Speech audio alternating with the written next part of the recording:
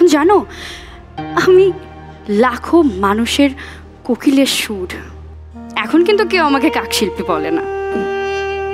And thank you so much ভাইয়া। তুমি support না করলে আসলে আমি হয়তো এত দূর আসতে পারতাম না।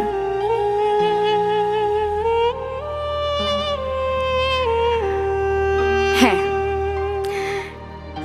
ছোটবেলায় আমি অনেক আবেগী ছিলাম, না বুঝে অনেক কান্নাকাটি করতাম, বুঝতাম না। মা ডিসিশন নেয়ার কখনো ওই সুযোগটা দেয়নি। কাজল তুই নে, তুই কি করতে পারবি। যেহেতু ছোট ছিলাম, এখন যেহেতু বড় হয়ে গেছি, মা আমার উপর বিশ্বাস রাখে। অ্যান্ড আমি এখন আত্মবিশ্বাসী। আমি ভয়কে জয় করেছি আর কষ্টকে এগিয়ে নিয়ে আজকে সাফল্য পেয়েছি। হ্যাঁ,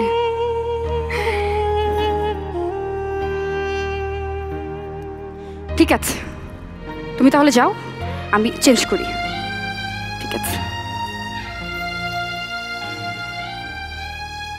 Performance was kind of okay. তুমি ছোটবেলার যে চরিত্রটা করেছো সেটা আমি কিছুটা বুঝতে পেরেছি, তোমার সিচুয়েশনটা, তোমার ক্রাইসিসটা বুঝতে পেরেছি। I'm not interested. Acting is just some moments.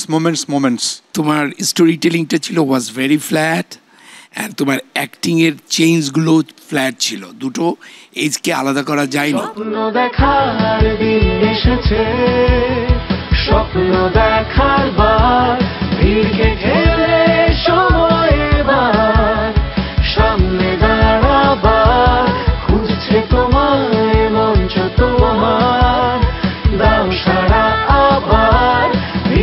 Deepto star hunt সম্পূর্ণ পর্ব দেখতে ভিজিট করুন youtube/দীপ্ত টিভি।